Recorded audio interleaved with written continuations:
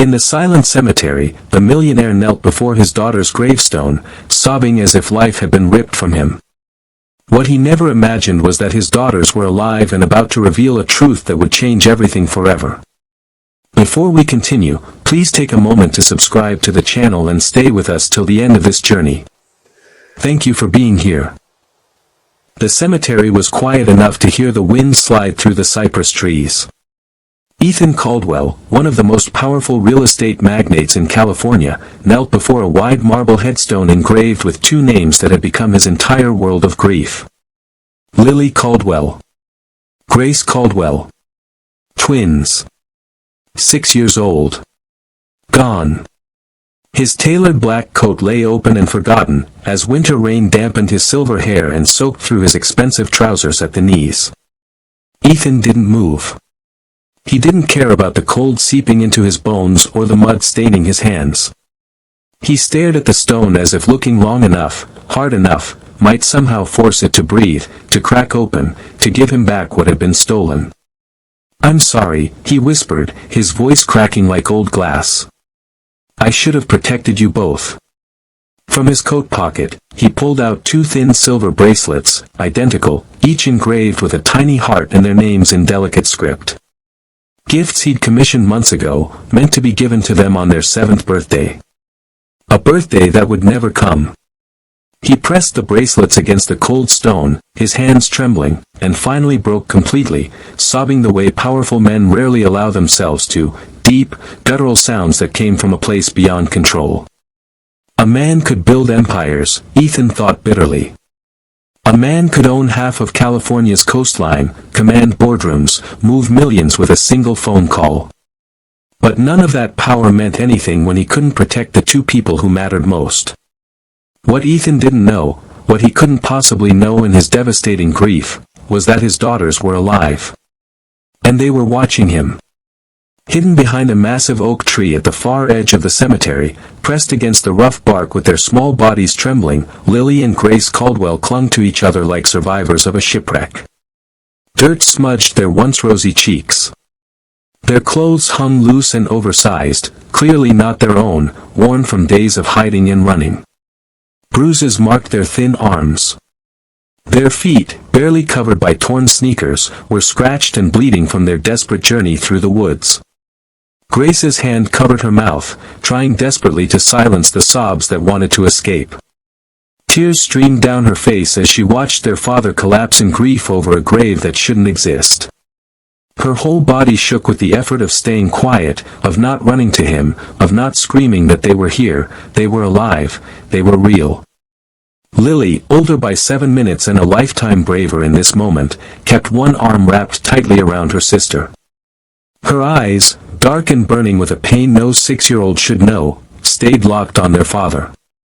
Every instinct screamed at her to run to him, to throw herself into his arms, to let him know they were safe. But they weren't safe. Not yet. "Daddy." Grace mouthed silently, her lips forming the word she'd been forbidden to say for 2 months. Lily shook her head sharply, pulling her sister closer. Her voice was barely a whisper, harsh and urgent. "Not yet, Gracie. Not yet. But he's crying. He thinks we're dead. I know." Lily's jaw clenched, tears finally breaking free and running down her own dirt-streaked face. "But if we show ourselves now, if they find out we escaped, we might lose him forever." Grace whimpered, but she understood. After 2 months of captivity, after the things they'd overheard, after the terrible truth they'd discovered, both girls understood that their fight wasn't over. It had only just begun. They had escaped only minutes earlier. And revealing themselves here, in the open, without protection, without proof, could destroy the only chance they had to save their father's life. Ethan's shoulders shook as he leaned his forehead against the cold marble. His voice cracked as he spoke to daughters he believed were ash and memory. "I trusted the wrong people. I let them take you somewhere I thought was safe, and now..." His voice broke completely. "Now you're gone, and I don't know how to keep breathing." The words hit Lily like physical blows. She squeezed her eyes shut, fighting every instinct that told her to run to him. Ethan's hand traced the engraved letters of their names, his fingers lingering on each curve and line as if trying to touch them through stone and earth. Your mother, your real mother, would never forgive me. She trusted me to protect you after she was gone, and I failed. I failed both of you. Behind the oak tree, Lily's resolve hardened into something sharp and unbreakable. Her mother had died when they were 3, a car accident that had shattered their world once before. Now, someone had tried to shatter it again. Someone who'd smiled at them, tucked them into bed, called them "my sweet girls," while planning their murder. Someone who was, at this very moment, probably sitting in their father's mansion, playing the role of grieving stepmother, waiting for their father to die too. Grace tugged on Lily's sleeve, her whisper desperate. We have to tell him. We have to. We will, Lily promised, her voice fierce despite the tears. But we have to be smart. We have to do this right, or she wins. Do you understand? Victoria wins. Uncle Ryan wins. And Daddy dies. The names tasted like poison on her tongue. Ethan stood slowly, his movements heavy and aged. He looked like a man decades older than his 42 years. The rain had intensified, running in rivulets down his face, mixing with tears he no longer bothered to wipe away. He pulled his coat closed and turned toward his black Mercedes parked on the cemetery's narrow lane. The twins watched him walk away, every step pulling at their hearts like fishhooks. When the car's engine started and the taillights disappeared down the tree-lined drive, Lily finally released the breath she'd been holding. Her legs nearly gave out, but she forced herself to stay standing. Grace collapsed against the tree, sobbing openly now that their father couldn't hear. We have to go, Lily said, pulling her sister up. We have to get to the house before it's too late. Grace wiped her eyes with the back of her hand, smearing more dirt across her face. What if they catch us? They won't. Lily's voice carried a certainty she didn't entirely feel. Because we're already dead, remember? Dead girls don't need to hide. Dead girls can move like ghosts. She took her sister's hand, and together they slipped through the cemetery gates, 2 small shadows moving against the gathering dusk. They had one mission now, one terrible, necessary mission that no child should ever have to carry. Save their father. Before the poison took him. Before the lie became permanent. Before the people who'd stolen their lives succeeded in stealing his too. The broken grave lay behind them in the rain, marking deaths that had never happened. But ahead, in the mansion where everything had started to unravel, the real death was being prepared with careful, patient hands. And the clock was already ticking. 2 months earlier. The morning had been perfect, the kind of California autumn day that made postcards seem inadequate. Sunlight streamed through the floor-to-ceiling windows of the Caldwell mansion, catching on crystal chandeliers and polished marble floors. Lily and Grace had been spinning in circles in the foyer, their matching pink backpacks bouncing against their shoulders, excited for what they'd been promised was an adventure. Girls, settle down, Victoria Caldwell had said with a gentle laugh, kneeling to adjust Grace's collar. Her voice was soft, maternal, everything a stepmother should be. We're only going for the weekend. You'd think I was taking you to Disneyland. Can we go to Disneyland next time? Grace had asked, her eyes bright. Maybe, sweetheart. Maybe. Victoria had smoothed Grace's hair with practiced tenderness, then turned to Lily. You'll look after your sister, won't you? You're the responsible one. Lily had nodded seriously, proud of the designation. Ethan had emerged from his study, phone still in hand, his mind half occupied with a merger that demanded his attention. He'd been distracted that morning, a fact that would haunt him for months to come. He barely remembered kissing the tops of their heads, barely remembered Victoria's reassuring smile as she'd said, "We'll be back Sunday evening. The cabin will be good for them. Fresh air, nature, time away from the city. You're sure the place is safe?" Ethan had asked, a father's instinct briefly cutting through the business fog. Ethan, I've been there a dozen times. It's perfectly safe. Ryan helped me inspect it last month. Victoria's hand had touched his arm, reassuring, warm. You worry too much. They're my daughters too now. I'll protect them with my life. The words should have been comforting. Instead, they became the cruelest lie ever spoken in that house. Ryan had appeared in the doorway then, keys jingling in his hand, his easy smile firmly in place. Ethan's younger brother by 3 years, his business partner, his closest confidant since childhood. I'll drive them up, Ryan had offered. I need to check on some property nearby anyway. 2 birds, 1 stone. You don't have to, Ethan had started. Family helps family, Ryan had insisted, clapping Ethan on the shoulder with the casual affection of brothers who'd built an empire together. Besides, someone needs to make sure Victoria doesn't let these 2 eat nothing but s'mores all weekend. The girls had giggled. Victoria had smiled. Ryan had winked. It had all seemed so normal. So safe. So completely, devastatingly ordinary. Ethan had waved goodbye from the front steps, watching the SUV disappear down the tree-lined driveway. Then he'd return to his study, to his merger, to his empire, never imagining that the next time he saw his daughters, they would be names on a gravestone. The call had come 36 hours later. Ethan had been in a Sunday evening meeting when his phone erupted with calls, Victoria, Ryan, numbers he didn't recognize, all at once, relentless. The first threads of panic had wrapped around his chest before he'd even answered. Victoria's voice had been hysterical, barely coherent. Ethan, oh God, Ethan, the cabin, there was a fire, I tried. The world had tilted.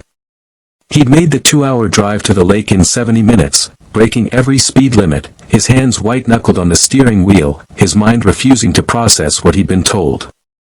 It couldn't be real. It was a mistake. Someone had made a terrible, impossible mistake. But when he'd arrived, the scene had been apocalyptic. Fire trucks still lined the narrow lakeside road, their lights painting the night in rotating red and blue.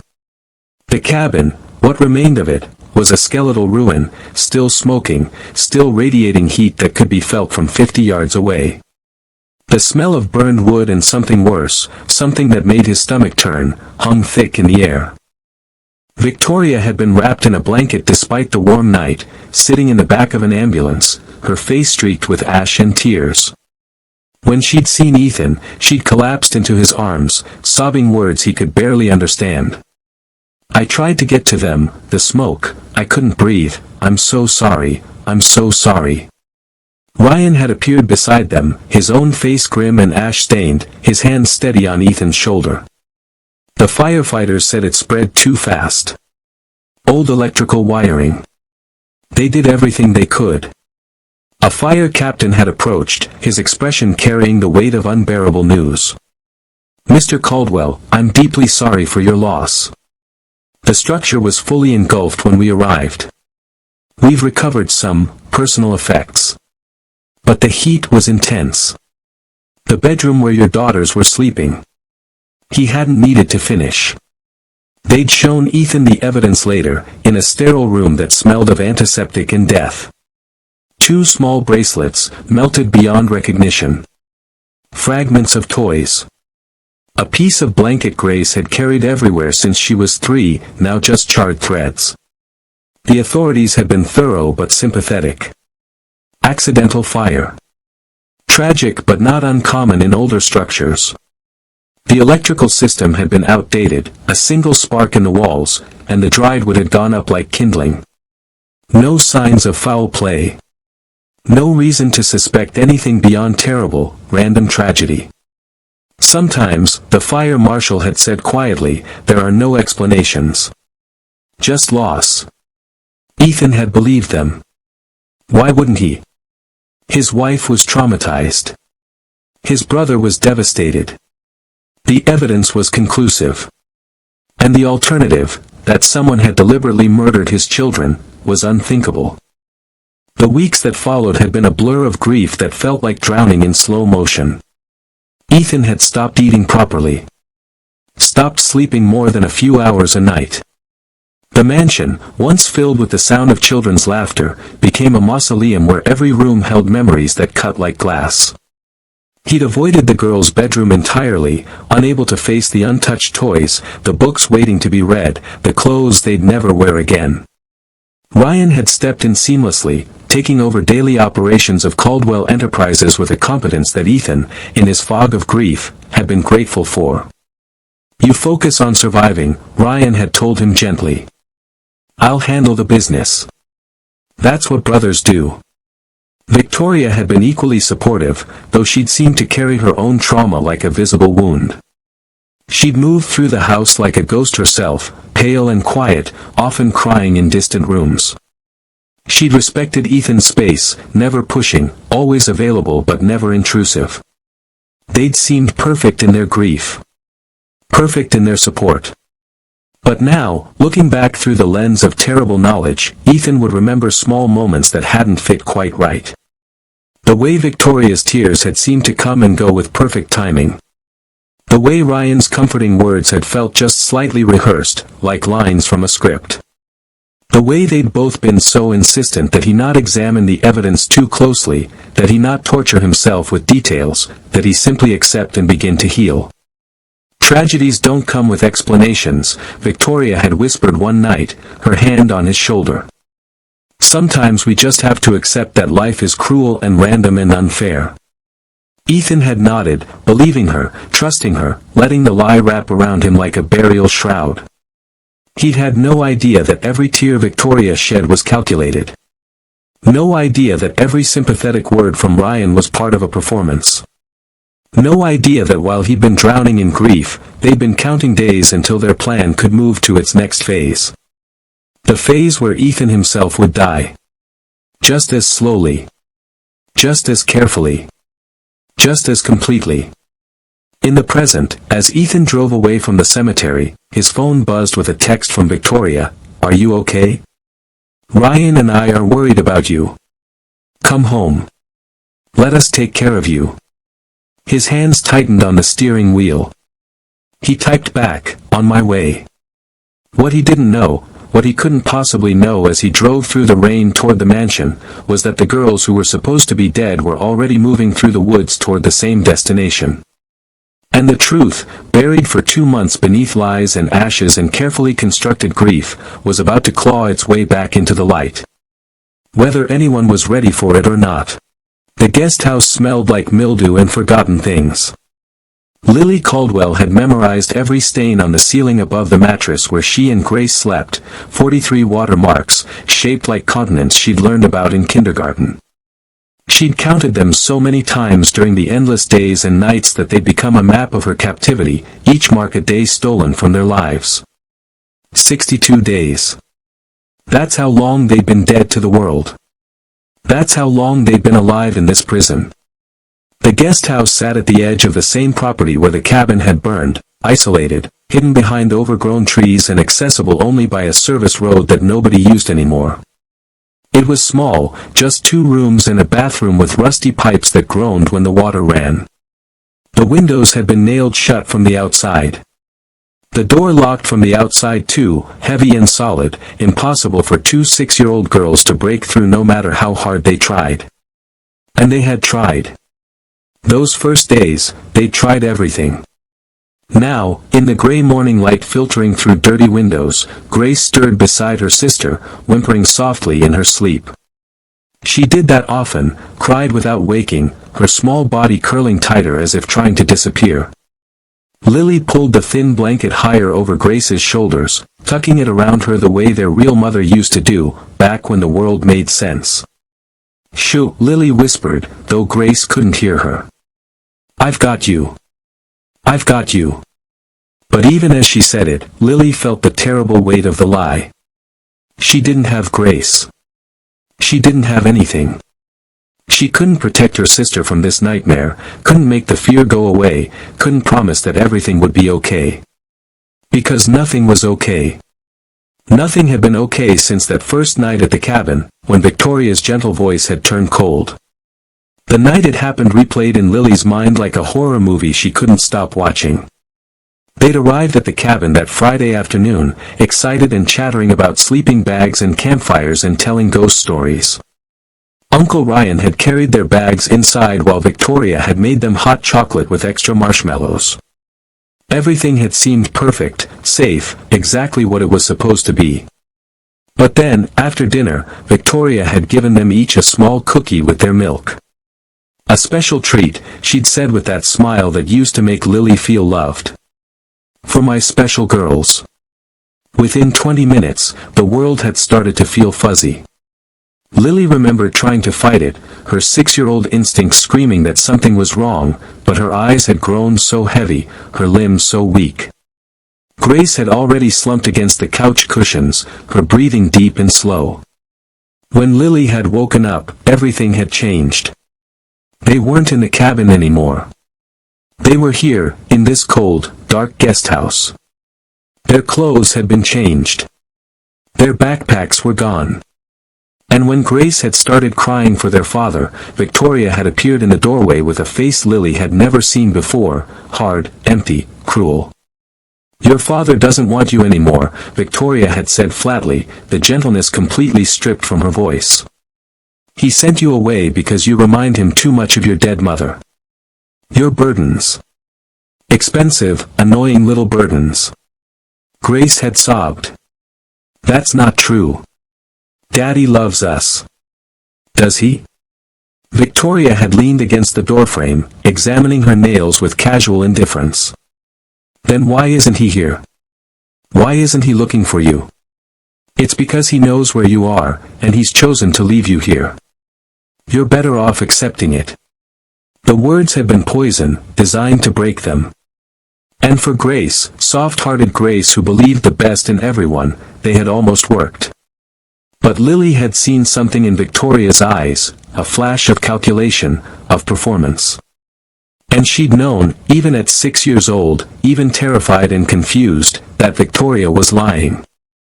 Their father would never abandon them. Never. Which meant something else, something worse, was happening. The days had blurred together after that. Meals came irregularly, sometimes twice a day, sometimes once, always just enough to keep them alive but never enough to feel full. Sandwiches with the crusts cut off. Crackers.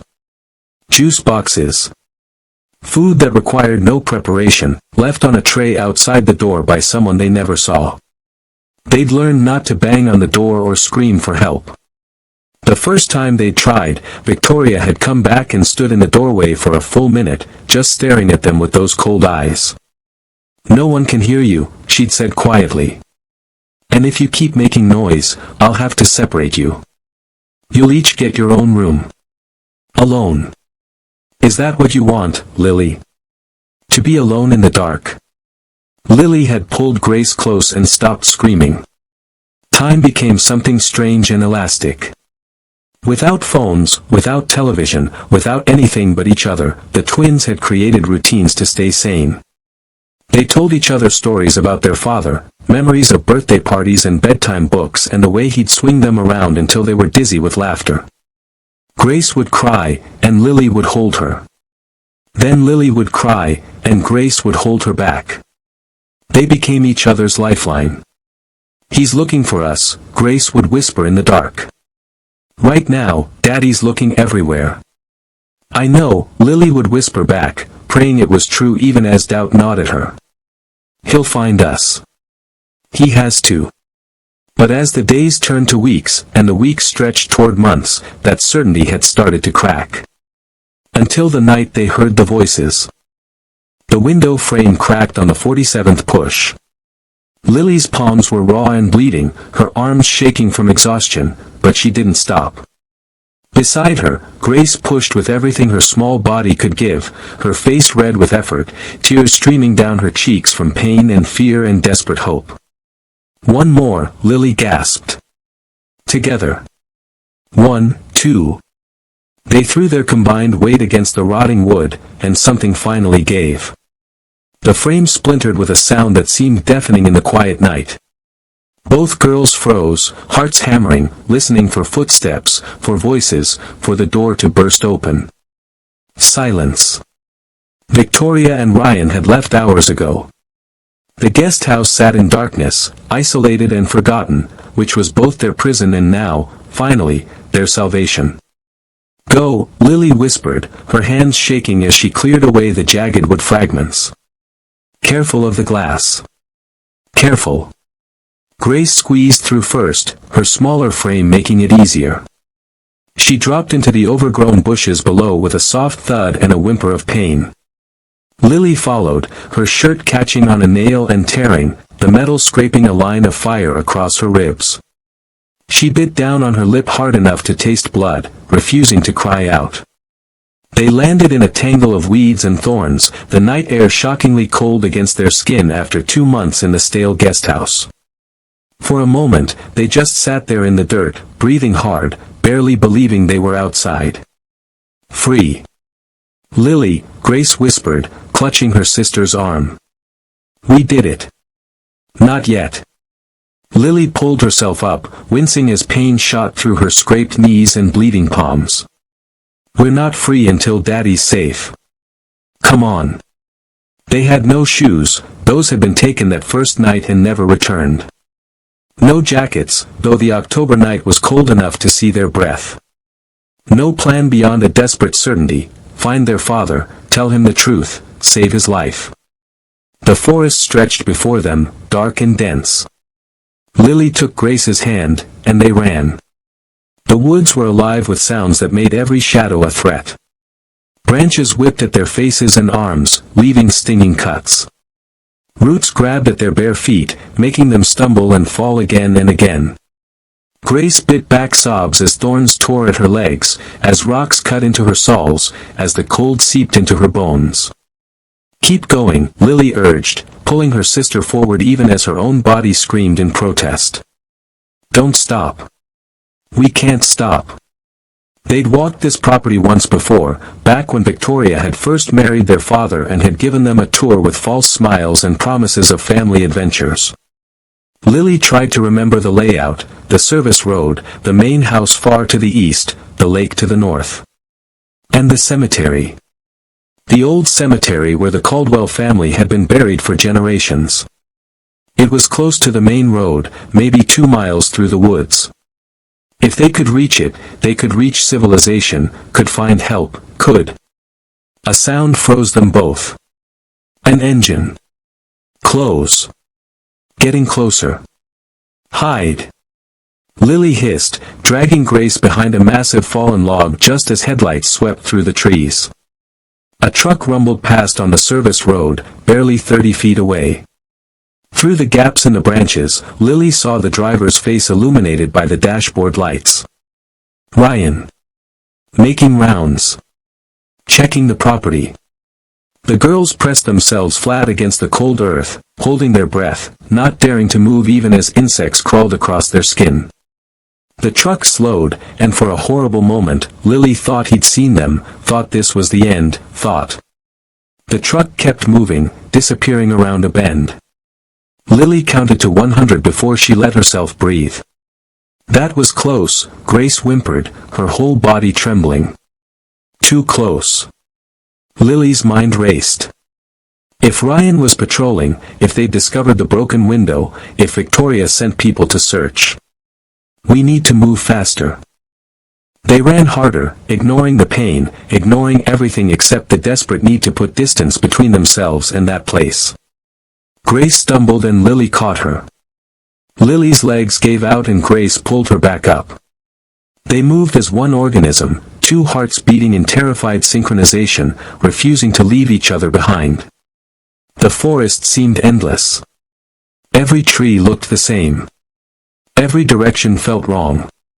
Then, through the darkness, Lily saw the break in the trees. Saw the iron fence. Saw the pale shapes of gravestones catching moonlight. "There," she gasped. "The cemetery. We made it." They squeezed through the fence bars, the cold metal pressing against their ribs, and collapsed on the other side onto manicured grass that felt impossibly soft after the brutal forest floor. For several minutes, they just lay there, lungs burning, bodies shaking, too exhausted to do anything but exist. Grace started crying, not from fear anymore, but from relief and pain and the overwhelming rush of everything they'd endured. Lily wrapped her arms around her sister, her own tears finally coming. "We're okay. We're out. We're..." She stopped. Through the cemetery gates, headlights appeared. A black Mercedes, expensive and familiar, pulling slowly into the empty parking area. The driver's door opened. And their father stepped out. Lily's hand clamped over Grace's mouth, silencing her sister's gasp. They scrambled behind the nearest large monument, an angel with weathered wings, and watched as Ethan Caldwell walked slowly through the cemetery toward a gravestone they knew bore their names. Even from a distance, even in the dim pre-dawn light, they could see how much he'd changed. His shoulders slumped like he was carrying impossible weight. His movements were slow, uncertain, older. He looked sick. Broken. Poisoned, Lily's mind supplied with terrible certainty. They watched him kneel. Watched him pull something from his pocket, two small objects that caught the light. The bracelets, Grace breathed against Lily's palm. "He got us the bracelets." Lily's heart shattered as she watched her father press those bracelets against the stone and collapse into sobs that carried across the quiet cemetery. The sound of his grief was physical, visceral, the sound of a man being torn apart from the inside. Grace's whole body lurched forward, her instinct to run to him overwhelming everything else. Lily held her back with strength she didn't know she had. "No. But he's crying. He thinks we're dead. Lily, please. If we show ourselves here, in the open, with no proof, no protection, he'll take us home." Lily's voice cracked but remained firm. "And Victoria and Ryan will know we escaped. They'll know we know. And they'll kill all of us before we can tell anyone. We have to be smart. We have to." She couldn't finish because her own sobs were choking her. They huddled together behind the angel monument, watching their father mourn them, every instinct screaming to reveal themselves, to end his suffering, to run into his arms and never let go. But Lily had heard Victoria's cold calculation. Had heard Ryan's casual cruelty. Had spent 2 months learning that the people they'd trusted were monsters wearing familiar faces. And she knew that love without strategy would get them all killed. "Daddy." Grace mouthed silently, tears streaming down her dirt-smudged face. Ethan was speaking to the gravestone now, his words carrying on the wind. "I should have protected you. Your mother trusted me, and I failed. I failed both of you." Lily squeezed her eyes shut, her jaw clenched so hard it ached. Every fiber of her being wanted to scream that he hadn't failed, that they were here, that he was the best father in the world and none of this was his fault. But she stayed silent. Stayed hidden. Chose survival over comfort. After what felt like hours but was probably only minutes, Ethan stood slowly, his hand lingering on the gravestone one last time. Then he turned and walked back to his car, his steps heavy and defeated. The Mercedes pulled away, taillights disappearing down the road. Only then did Lily release her sister. Grace collapsed against her, sobbing so hard she could barely breathe. "Why? Why didn't we tell him? Because he needs us alive more than he needs to know we're alive." Lily wiped her eyes roughly, forcing herself to think clearly despite the pain. "We go to the mansion. We wait until Victoria and Ryan are separated. We tell Daddy everything when it's safe. When we have proof. When they can't hurt us. What if they catch us first?" Lily looked toward the road where their father had disappeared, then at the broken gate leading out of the cemetery, toward the city, toward the mansion, toward the truth that would either save them all or destroy them. "Then we make sure," Lily said quietly, helping Grace to her feet, "that Dad knows why we died. Really died this time." The sky was beginning to lighten, deep blue fading to gray, the stars disappearing one by one. Dawn was breaking. And two small figures, bloodied and barefoot and absolutely determined, began running toward the one place they'd been told no longer wanted them. The only place that had ever been home. The only place where truth still had a chance. Behind them, the false grave lay quiet in the growing light.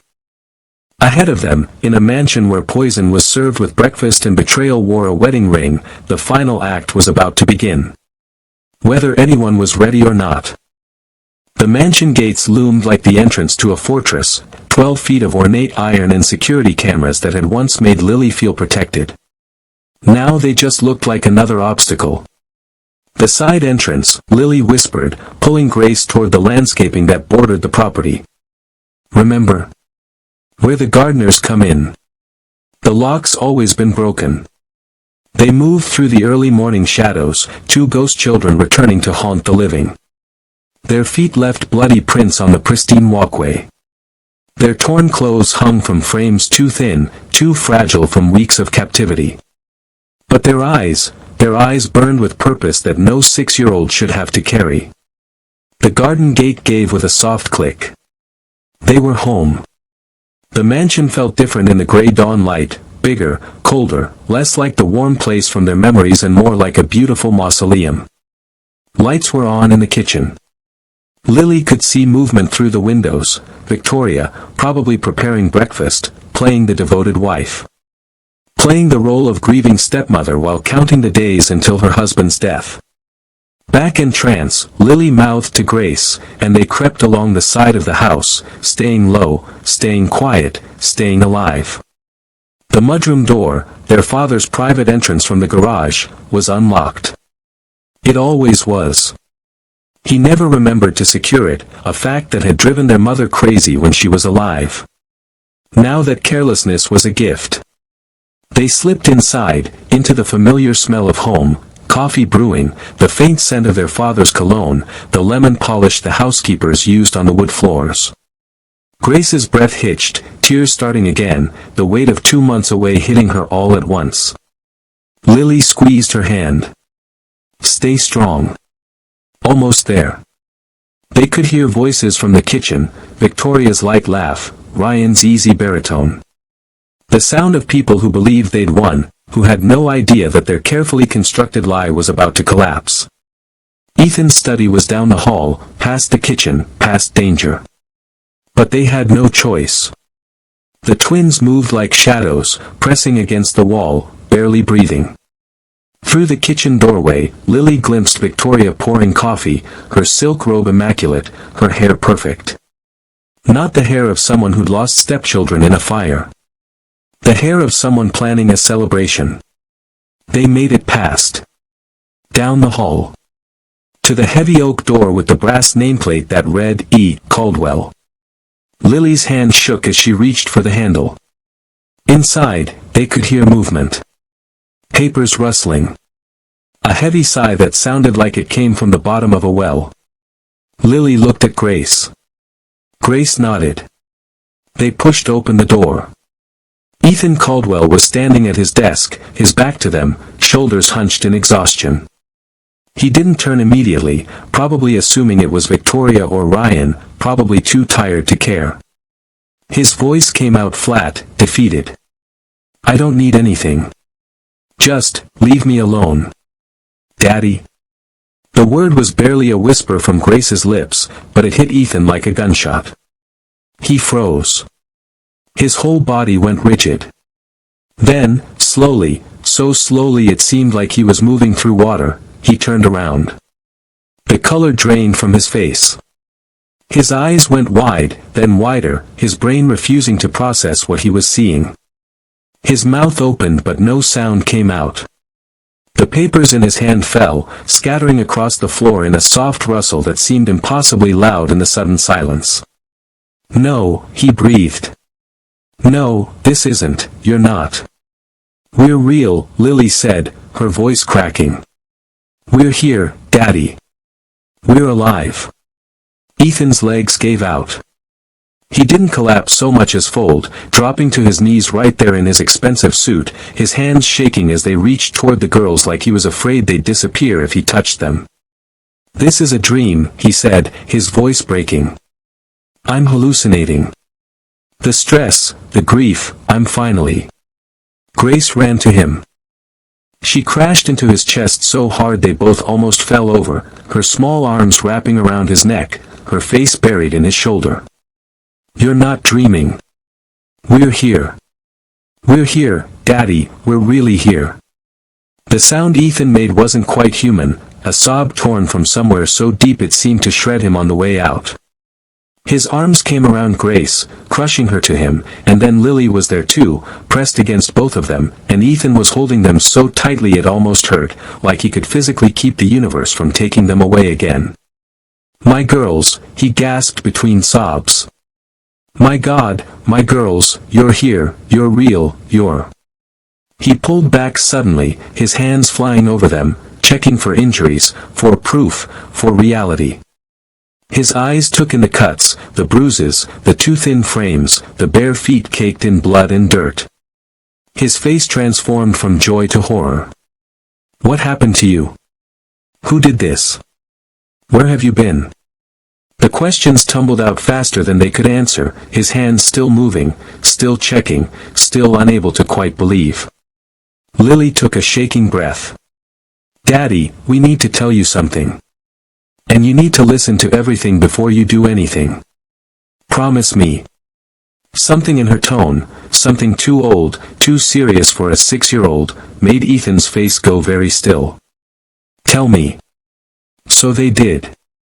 They told him everything. Lily spoke first, her voice steady despite the tears, recounting the drugged cookies, waking up in the guest house, the weeks of captivity. Grace filled in the details, the hunger, the fear, the lies they'd been told about their father abandoning them.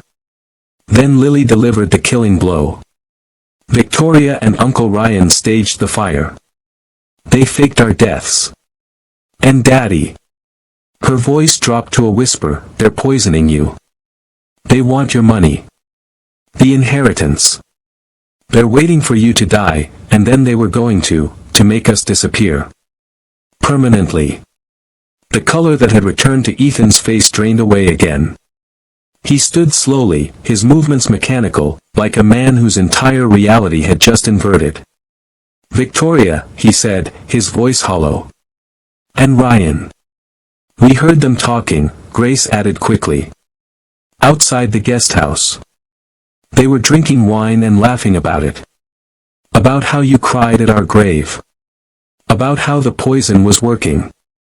About how pathetic I was," Ethan finished, his voice going dangerously quiet. "How easy it all was. Rage."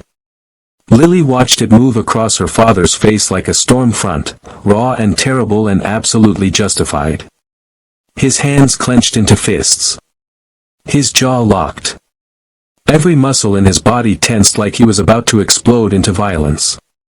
He turned toward the door. "Daddy, no." Lily jumped in front of him, her small body blocking his path. "You can't confront them. Not yet. If they know we escaped, if they know we told you, they'll run. Or they'll kill us all right now. We need proof. We need..." "They imprisoned my children." Ethan's voice rose to a roar. "They tried to kill you. They're poisoning me. You expect me to be smart." Lily shouted back, tears streaming down her face. "To be the dad who builds empires. The dad who thinks 3 steps ahead. We didn't survive 2 months in that place just to watch Victoria and Ryan get away because you lost your temper." The words hung in the air. Ethan stared at his daughter, his 6-year-old daughter who spoke like a general, who'd kept herself and her sister alive through nightmare circumstances, who was right even though every instinct in him screamed for immediate vengeance. He knelt down to her level, his hands on her shoulders, gentle despite the fury still burning in his eyes. "What do you need me to do?" Lily's breath shuddered out in relief. "We need to make them think they're winning. We need to let them believe you're getting sicker. That the poison is working. That they're about to get everything they wanted. And then we catch them. With proof. With witnesses. With evidence that puts them away forever. Ethan's mind was already racing, the businessman in him taking over from the grieving father. How long have I been? How long has the poisoning been happening? 2 months, Grace said quietly. Since right after the fire. In your tea. Victoria makes it every morning. Ethan's face went gray as he realized how close he'd come. How weak he'd been feeling. The doctor visits. The blood work that showed stress-related abnormalities. We'll need medical documentation, he said, his voice hardening into strategy. Evidence of the poison. Recordings of them admitting it. We'll need. A sound from the hallway froze them all. Footsteps. Victoria's voice, sing-song and false. Ethan. Darling. I brought you tea. You need to keep your strength up. The door handle started to turn. Ethan moved faster than Lily had ever seen him move, scooping both girls up and practically throwing them into the large supply closet built into his study wall. Don't make a sound, he breathed. Not one sound. The closet door clicked shut just as Victoria entered the room. Through the crack, pressed against boxes of old files, barely breathing, the twins watched their stepmother cross to their father with a cup of poisoned tea and a smile that belonged in nightmares. You look terrible, Victoria said with false concern. You really should rest more. All this grief, it's killing you.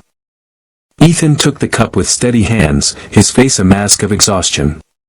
Thank you. Of course, darling.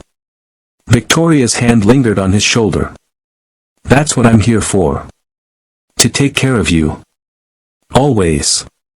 She left, her perfume lingering in the air like toxic flowers. Ethan waited until her footsteps faded completely. Then he crossed to the closet and opened it, pulling his daughters out.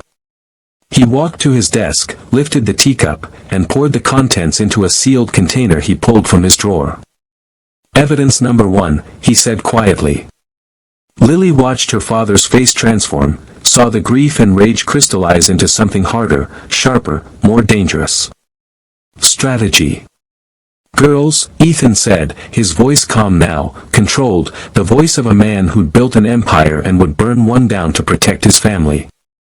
We're going to pretend I'm dying. We're going to let them think they've won. And then. A phone buzzed on his desk.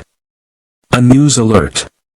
Ethan glanced at it, and a slow, terrible smile crossed his face. Then, he continued, we're going to make headlines. In the hallway outside, they could hear Victoria humming as she prepared breakfast. She had no idea that the poison she'd served had just become evidence. That the girls she'd buried were back from the dead. That the fortune she'd killed for was about to become her prison sentence. The game had changed. And Ethan Caldwell was done playing defense. The performance began the very next morning. Ethan Caldwell appeared at breakfast looking worse than he had in weeks, which was saying something. His hands trembled as he reached for the coffee Victoria had prepared. His face was ashen, his movements slow and uncertain, like a man whose body was giving up. Ethan, you look terrible, Victoria said, her voice dripping with false concern. She placed a gentle hand on his shoulder. Maybe you should see Dr. Morrison again. These episodes are getting worse. I'm fine, Ethan mumbled, playing his part perfectly. Just tired. So tired. From their hiding spot in the adjoining butler's pantry, Lily and Grace watched through the crack in the door. They'd been there since dawn, hidden in the secret spaces of their own home, ghosts haunting the living. It was Lily's idea, stay close, gather evidence, document everything. Their father had given them phones, recording devices, instructions whispered in the dead of night when Victoria and Ryan thought he was sleeping off his illness. You're working too hard, Ryan said, entering the kitchen with his easy smile firmly in place.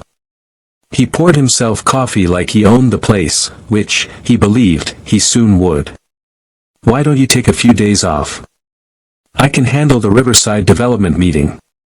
"Actually," Ethan said, his voice weak, "I think you should handle all the meetings for a while." "I'm not. I can't focus anymore." Victoria and Ryan exchanged a glance. Quick, triumphant, hungry. Lily's finger pressed the record button on her phone. "Of course, brother," Ryan said, his hand clapping Ethan's shoulder with false sympathy. "You focus on getting better. The company's in good hands." "The best hands," Victoria added, refilling Ethan's cup with poisoned tea. Evidence number 47.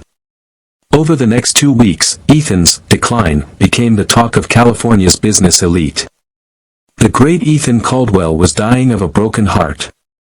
That's what the whispers said. The loss of his daughters had destroyed him from the inside out. He'd stopped attending meetings. Stopped returning calls. His trusted brother Ryan had taken over operations completely.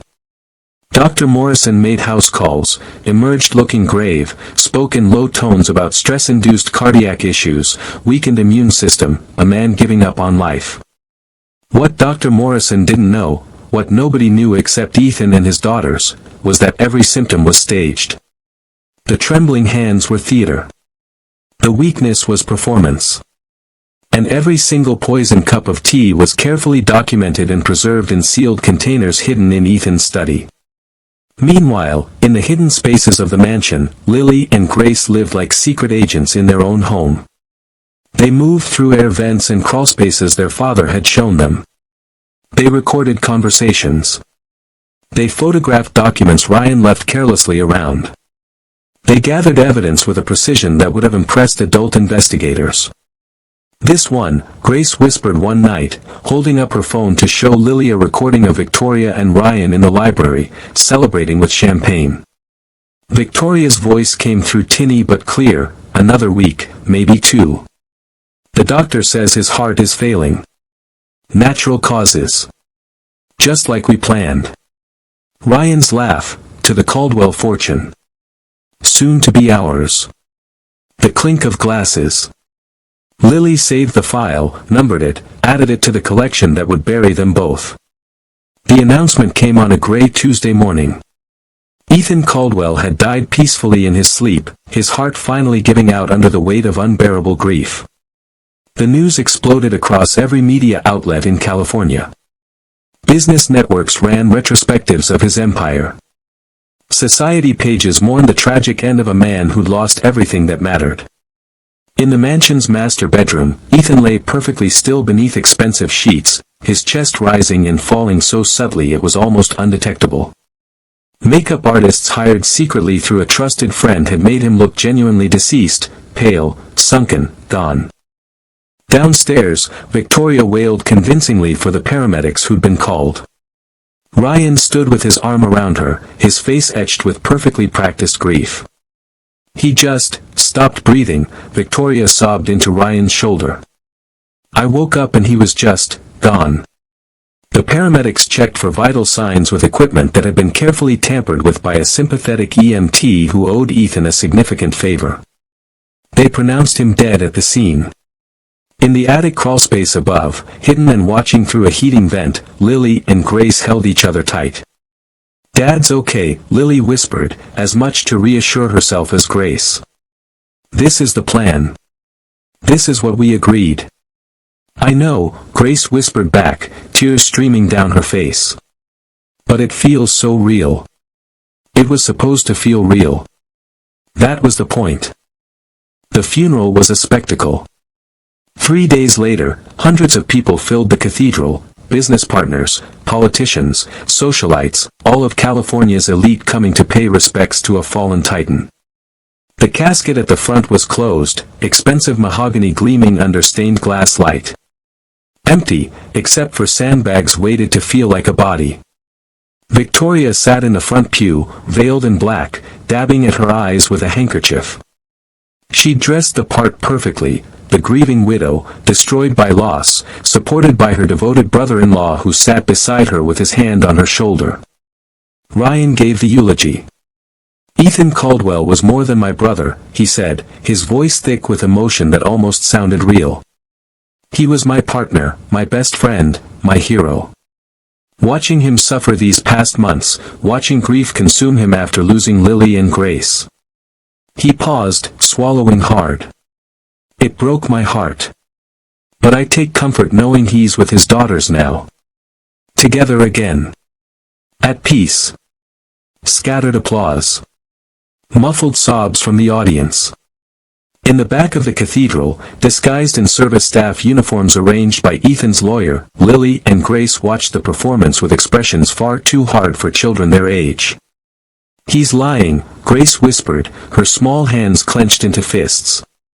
"He's standing there lying about Daddy, about us, about everything." "Let him," Lily whispered back. "Let him think he won. It'll make what comes next even better." Victoria approached the casket at the end of the service, laying a single white rose on top. Her voice cracked beautifully as she spoke. "I love you, Ethan. I'm sorry I couldn't save you. I'm sorry I couldn't save any of you." The crowd wept. The cameras flashed. The performance was flawless. That night, in Victoria's mansion, because that's how she'd already started thinking of it, the masks came off. Victoria and Ryan sat in the library, the door closed, champagne flowing freely. The widow's veil was discarded on the couch.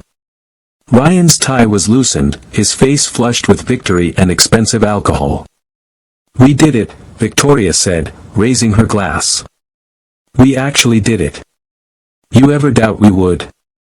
Ryan grinned, sprawling in what used to be Ethan's favorite chair. The poison worked perfectly. Slow enough nobody questioned it. Fast enough we didn't have to wait forever. "And those brats," Victoria laughed, taking a long drink. "Burning that cabin was inspired. Even if they'd somehow survived, who would believe 2 6-year-olds over us?" "They didn't survive," Ryan said confidently. "Mateo made sure of that. By now they're ancient history," Victoria finished. "Just like Ethan. Just like anyone stupid enough to stand between us and a fortune." They clinked glasses, toasting their brilliance, their perfect crime, their complete victory. Neither noticed the tiny camera lens barely visible in the bookshelf across the room. Neither heard the soft whir of recording equipment in the air vent above. Neither saw the two small faces watching from the shadows of the hallway, phones in hand, documenting everything. The next morning, official letters arrived. The reading of Ethan Caldwell's will and the transfer of inheritance would take place in 10 days at the county courthouse. All interested parties were required to attend. All assets would be officially transferred to the designated heirs.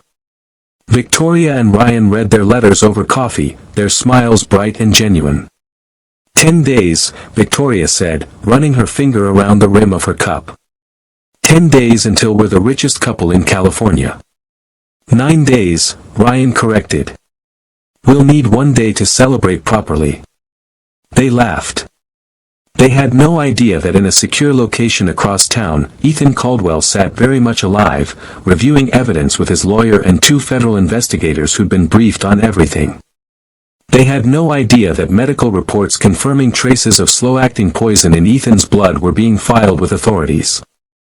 They had no idea that recordings of their confessions were being backed up in multiple secure locations. They had no idea that the 2 children they tried to erase from existence were practicing what they'd say in court, their small voices growing stronger with every rehearsal. 10 days. The courthouse date was set. The trap was armed. And all Victoria and Ryan had to do was walk into it and claim their prize. In his temporary safe house, Ethan reviewed the final checklist with his daughters beside him. "Evidence secured?" he asked. "Secured," Lily confirmed. "Authorities briefed?" "Briefed," Grace added. "Witnesses confirmed?" His lawyer nodded. "Everyone who needs to be there will be there." Ethan looked at his daughters, his brave, brilliant, traumatized daughters who'd survived the impossible and come back fighting. Then we end this, he said quietly. 10 days. Headlines were being prepared. But not the ones Victoria and Ryan expected. Not even close. The courthouse was packed. Every seat in the gallery was filled with reporters, business associates, curious onlookers drawn by the spectacle of the Caldwell fortune changing hands. Camera crews lined the back wall. The air hummed with anticipation and the rustle of expensive suits. At the front table, Victoria Caldwell sat with perfect posture, dressed in elegant black that somehow managed to look both mournful and celebratory. Her hair was styled flawlessly. Her makeup impeccable. She radiated the quiet confidence of a woman who'd already won. Beside her, Ryan Caldwell reviewed documents with the focused attention of someone confirming his victory. He'd worn his best suit, charcoal gray, Italian, the suit of a man about to inherit an empire. His smile was subtle but present, the smile of someone who'd played a dangerous game and emerged triumphant. The judge entered, and the room stood. In the matter of the estate of Ethan Caldwell, the judge began, settling into her seat, we are here to execute the transfer of assets as outlined in the deceased's last will and testament. Victoria dabbed at her eyes with a handkerchief, the perfect grieving widow. The lawyer representing the estate stood, an older man with wire-rimmed glasses that Victoria and Ryan had never seen before. Your Honor, before we proceed, I need to confirm the identities of the inheritors. Of course, the judge said. Mrs. Victoria Caldwell and Mr. Ryan Caldwell, please approach. They stood together, exchanging a quick glance of triumph, and walked to the bench. This was it. The final formality before billions of dollars became theirs. Mrs. Caldwell, the judge said, you were married to Ethan Caldwell for 2 years prior to his death. Yes, Your Honor. Victoria's voice was soft, respectful, touched with perfect sadness. And Mr. Caldwell, you were the deceased's brother and business partner? I was, Ryan said, his voice steady. For over 20 years. He was more than a brother. He was my best friend. I see. The judge looked down at her papers. And you are both aware that as Mr. Caldwell had no living children, the estate passes to his surviving spouse and next of kin? We are, Victoria said quietly. Though I would trade every penny to have him back. To have those sweet girls back. Several people in the gallery murmured sympathetically. The judge picked up a pen. Then let's proceed with the final signatures. The courtroom doors exploded open. The sound was like a gunshot, echoing off marble walls and high ceilings. Every head whipped around. Gasps rippled through the crowd like a physical wave. A man stood in the doorway, backlit by the hallway lights. Tall. Silver-haired. Very much alive. Ethan Caldwell. And on either side of him, holding his hands, were 2 small girls in matching blue dresses. Lily and Grace. The courtroom erupted into chaos. Victoria's face drained of all color. She staggered backward, her hand gripping the table for support. The word that came out of her mouth was somewhere between a scream and a gasp, no. Ryan's reaction was more visceral. He actually stumbled, nearly falling, his face cycling through shock, terror, and desperate calculation in the span of 3 seconds. Order. The judge's gavel cracked like thunder. Order in this court. Ethan walked down the center aisle, his daughters beside him, his face carved from stone. Camera flashes exploded like lightning. Reporters shouted questions. The gallery was standing, straining to see, to understand, to witness the impossible. When Ethan reached the front, he looked directly at Victoria and Ryan. His voice cut through the chaos like a blade. Surprised to see me? Victoria's mouth opened and closed. No sound came out. Ryan found his voice first, though it shook. Ethan, I don't understand, we thought, the funeral was very moving, Ethan finished coldly. Your eulogy especially, Ryan. The part about me being your hero? That was a nice touch. Your Honor, the estate lawyer said calmly, as if dead men walked into courtrooms every day, I'd like to submit new evidence to this proceeding. Proceed, the judge said, her own face showing barely controlled shock. Large screens descended from the ceiling. The lights dimmed slightly. And then Victoria and Ryan's voices filled the courtroom. The poison is working perfectly. Another week, maybe 2. To the Caldwell fortune. Soon to be ours. Even if those brats survived, who would believe 2 6-year-olds over us? The recordings played one after another, weeks of documented confessions, casual discussions of murder, celebrations of their perfect crime.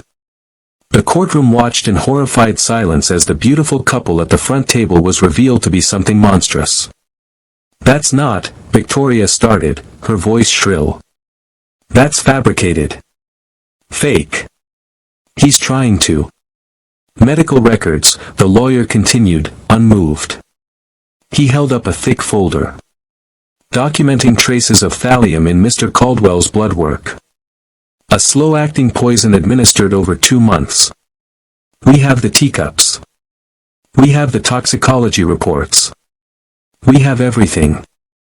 Ryan was backing toward the exit now, his face panicked. This is insane. You can't prove. We can prove you staged a fire that killed no one because you'd already kidnapped the children, Ethan said, his voice rising. We can prove you imprisoned my daughters for 2 months while I mourned them. We can prove you systematically poisoned me while pretending to grieve. We can prove everything. Lily stepped forward, her small voice somehow carrying through the silent courtroom. We heard you. That night outside the guest house. You were drinking wine and laughing about how pathetic our daddy was for crying at our grave. Grace added, her voice stronger than she'd ever thought possible, you told us our daddy didn't want us anymore. That he abandoned us.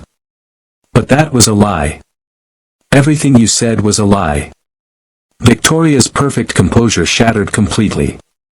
She collapsed into her chair, shaking her head frantically. No, no, no, this isn't happening. Officers, the judge said quietly. Police who'd been standing ready at the back moved forward. The click of handcuffs echoed through the absolute silence. Ryan struggled. You can't do this. We have rights. You have the right to remain silent, the officer said, pulling his arms behind his back. You have the right to an attorney. Victoria didn't struggle. She just stared at Ethan with eyes that had gone empty, all the calculation and cruelty burned away by the reality of total defeat. How, she whispered. How did you? You underestimated my daughters, Ethan said simply.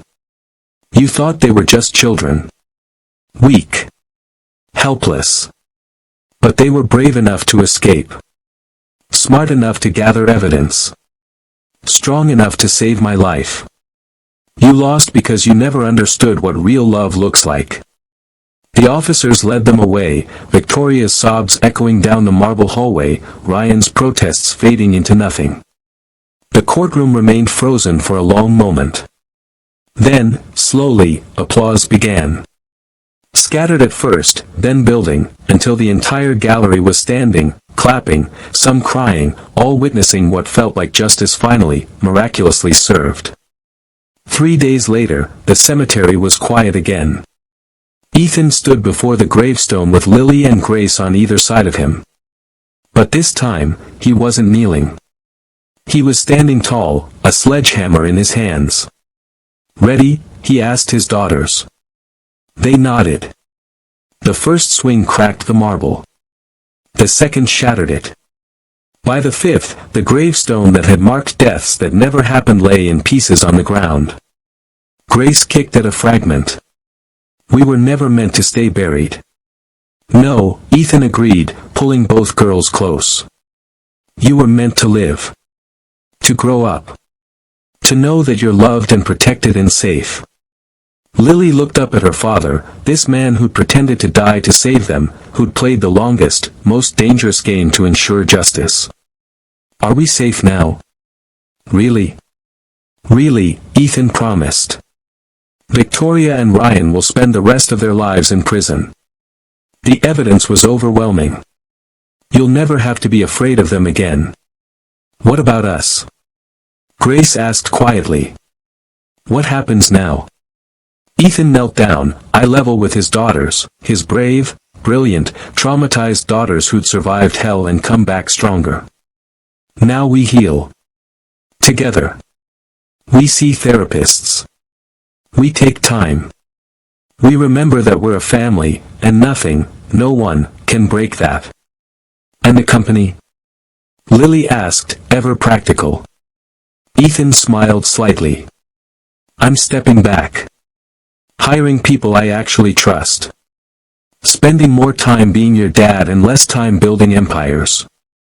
Because I learned something these past months. What? That I can lose everything I've built and survive. But I can't lose you. Not ever again. They stood together, the broken grave behind them, the morning sun breaking through the cypress trees, warming their faces. Behind them, lies, death, betrayal, trauma. Ahead, therapy, healing, time, love, life. It wouldn't be easy. The nightmares would come. The triggers would surface. The scars, visible and invisible, would take years to fade. But they would face it together. A father and his daughters, walking out of the cemetery where they'd all been buried under different kinds of lies. Walking toward a future that was uncertain but theirs. Walking toward truth. Toward life. Toward home. If this story moved you, if you believed in the power of truth and the strength of family, subscribe to never miss another tale of justice, redemption, and love that refuses to die. Because some stories aren't just entertainment, they're reminders that even in our darkest moments, hope can claw its way back from the grave. The Caldwell family's nightmare was over. Their healing had just begun. And the truth, once buried, now stood in the light where it belonged. Forever.